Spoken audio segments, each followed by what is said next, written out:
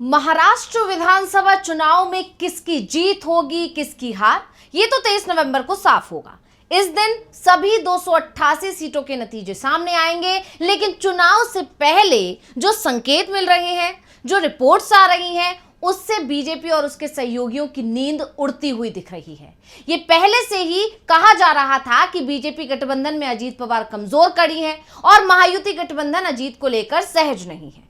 अजीत को लेकर महायुति में फूट पड़ती भी दिख रही है, तो दूसरी तरफ महाविकास आघाड़ी गठबंधन पूरी मजबूती के साथ चुनाव लड़ रहा है, चुनावी मैदान में, और एकजुटता के साथ चुनाव लड़ रहा है। यहां तक कि कांग्रेस, शिवसेना, यूबीटी और एनसीपी पवार गुट ने साफ कह दिया है कि कहीं भी फ्रेंडली फाइट नहीं है एमबीए में, जहां गठबंधन के दो दलों के उम्मीदवार एक ही सीट पर आमने सामने हैं। इसके साथ ही उन्होंने ये भी कहा कि जिन सीटों पर दो दलों के उम्मीदवार एक ही सीट पर आमने सामने हैं, उन सीटों पर एक उम्मीदवार 4 नवंबर तक अपना नामांकन वापस ले लेगा और एक सीट पर गठबंधन का एक ही उम्मीदवार होगा। यानी महायुति में बिखराव दिख रहा है तो एमबीए में एकजुटता, और इसका असर जमीन पर भी दिखाई दे रहा है, क्योंकि चुनाव से पहले एक नया सर्वे सामने आ गया है जिसमें महायुति की हालत पहले से भी ज्यादा खराब बताई गई है। तो सर्वे में किस गठबंधन की बन सकती है सरकार, इसी पर हम अपनी स्पेशल रिपोर्ट में करने जा रहे हैं बात। नमस्कार, मैं हूं अंशिता। महाराष्ट्र विधानसभा चुनाव में किस दल को कितनी सीटें मिलेंगी, ये तो 23 नवंबर को साफ होगा। 20 नवंबर को मतदान है और नतीजे 23 नवंबर को आएंगे और उसके बाद ही साफ हो जाएगा कि किस पर जनता ने भरोसा जताया। लेकिन चुनाव नतीजों से पहले तमाम एजेंसियां और न्यूज चैनल्स की तरफ से अपने अपने सर्वे कराए जा रहे हैं और इनकी रिपोर्ट सार्वजनिक की जा रही है। और जो सर्वे सामने आ रहे हैं उसमें एक बात साफ है कि राज्य में सत्ता विरोधी लहर लगातार तेज होती जा रही है। सत्ता पक्ष के विधायकों से राज्य की जनता नाराज है, और सबसे बड़ी बात तो यह है कि विधानसभा चुनाव में शिवसेना शिंदे गुट, अजीत पवार की एनसीपी और बीजेपी तीनों ने अपने ज्यादातर विधायकों को एक बार फिर से चुनावी मैदान में उतार दिया है। यानी अब शिंदे के नेतृत्व वाली महायुति सरकार को दो तरफा विरोध से जूझना पड़ रहा है।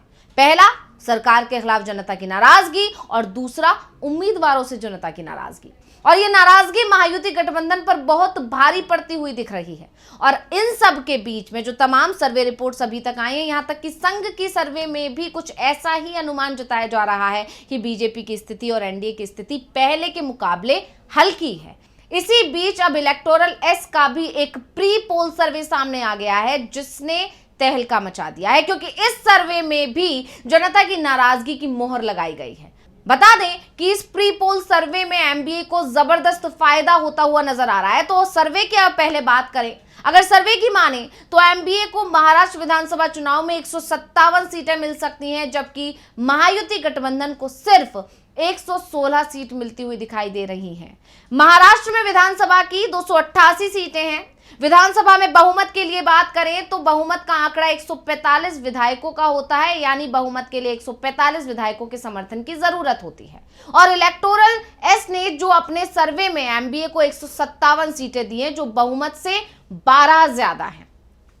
अब सर्वे में वोट शेयर की बात करें तो महायुति को 41% वोट मिलने का अनुमान है, जिसमें से बीजेपी को 24%, शिवसेना शिंदे गुट को 11% और एनसीपी अजीत पवार गुट को 6% वोट मिलता हुआ ही दिखाई दे रहा है।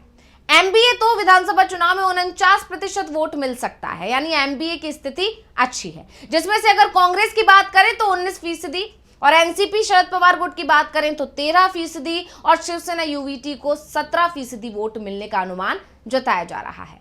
महायुति गठबंधन की बात करें तो बीजेपी को 79 सीटें मिल रही हैं, शिवसेना शिंदे गुट को 23 सीटें मिल पा रही हैं, एनसीपी अजीत गुट को 14 सीटें मिल रही हैं, और आरवाईएसपी को 1 सीट और अन्य को 14 सीटें मिल सकती हैं। इसी तरह महाविकास आघाड़ी यानी कि एमबीए में कांग्रेस को 68 सीटें मिल रही हैं, एनसीपी शरद पवार गुट को 44 सीटें मिल सकती हैं, शिवसेना यूबीटी को 41 सीटें दी गई हैं, समाजवादी पार्टी को 1 सीट मिल रही है और सीपीआईएम को 1 सीट और पीडब्ल्यूपी को 2 सीटें मिल सकती। यानी साफ है कि गठबंधन के आमने सामने की जो लड़ाई हो रही है उसमें महाविकास आघाड़ी गठबंधन यानी कि एमबीए महायुति यानी कि एनडीए पर भारी पड़ता हुआ दिख रहा है। महायुति में बीजेपी राज्य में सबसे ज्यादा यानी कि 148 सीटों पर चुनाव लड़ रही है, तो महाविकास अघाड़ी गठबंधन में कांग्रेस सबसे ज्यादा यानी कि 102 सीटों पर मुकाबले में है। लेकिन दोनों ही दलों के बीच वोट शेयर में फासला सिर्फ 5% है। और बात सीटों की जाए तो यह अंतर मात्र 11 सीटों का है। इस बार के चुनाव में असली और नकली की भी लड़ाई है, जैसा कि आप सभी जानते हैं, क्योंकि शिवसेना में भी टूट हुई है और शिवसेना यूबीटी और शिवसेना शिंदे में बट गई है शिवसेना। इसी तरह एनसीपी में भी टूट हुई और एनसीपी अजीत पवार और एनसीपी शरद पवार 2 धड़ों में बट गई। और इस लड़ाई में शरद पवार एक बार फिर से अपने भतीजे अजीत पवार पर भारी पड़ते हुए दिखाई दे रहे हैं। अजीत पवार गुट की एनसीपी को सिर्फ 6% वोट मिल रहे हैं, तो शरद पवार गुट की एनसीपी को लगभग 2 गुने से भी ज्यादा यानी कि 13% वोट मिल रहे हैं। यही हाल शिवसेना की लड़ाई में भी दिख रहे हैं। शिंदे की शिवसेना को 11% वोट मिल रहे हैं, तो उद्धव गुट की शिवसेना को 17% वोट मिल रहे हैं। यानी साफ है कि सर्वे के परिणाम अगर चुनाव नतीजों में बदलते हैं तो महाराष्ट्र की जनता ये साफ कर देगी कि शिवसेना और एनसीपी में असली कौन है और नकली कौन है, क्योंकि इन दोनों के लिए ही असली और नकली की लड़ाई है, वर्चस्व की लड़ाई है।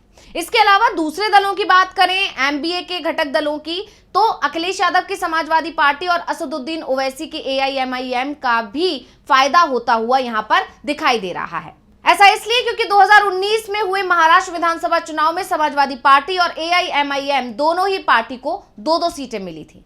समाजवादी पार्टी इस बार एमबीए में है, एमबीए की तरफ से उसे 2 सीट दी गई हैं, लेकिन सपा ने 5 सीटों की डिमांड की थी और धमकी भी दी थी कि अगर 5 सीटों की डिमांड नहीं मानी गई तो सपा महाराष्ट्र में 25 सीटों पर उम्मीदवार उतार देगी। लेकिन सपा की धमकी काम नहीं आई।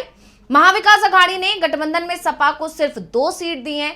जिन सीट पर सपा के उम्मीदवार 2019 में चुनाव जीते थे उन्हें सपा के लिए छोड़ा गया, बदले में सपा ने 9 सीटों पर उम्मीदवार उतार दिए। यानी सपा जो 25 सीट की बात कर रही थी उसे इतने उम्मीदवार ही नहीं मिल पाए हैं कि वो चुनाव लड़ सके। सिर्फ अपनी ताकत दिखाने के लिए सपा ने 9 उम्मीदवार उतार दिए हैं। वैसे सपा के उम्मीदवारों से कुछ सीटों पर एमबीए को नुकसान भी हो सकता है, क्योंकि उसने जहां जहां उम्मीदवार उतारे हैं उनमें से ज्यादातर सीटों पर मुस्लिम वोटर्स का प्रभाव है।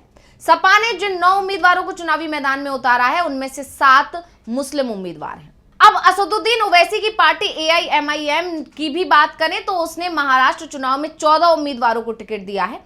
सर्वे में दोनों ही पार्टी को 1-1 सीट मिलने का अनुमान यहां पर जताया जा रहा है। वैसे इलेक्टोरल एज का जो प्री पोल सर्वे सामने आया है उसमें एक बात जरूर साफ हो गई है कि अब देश में 2 ध्रुवीय राजनीति तेज हो गई है।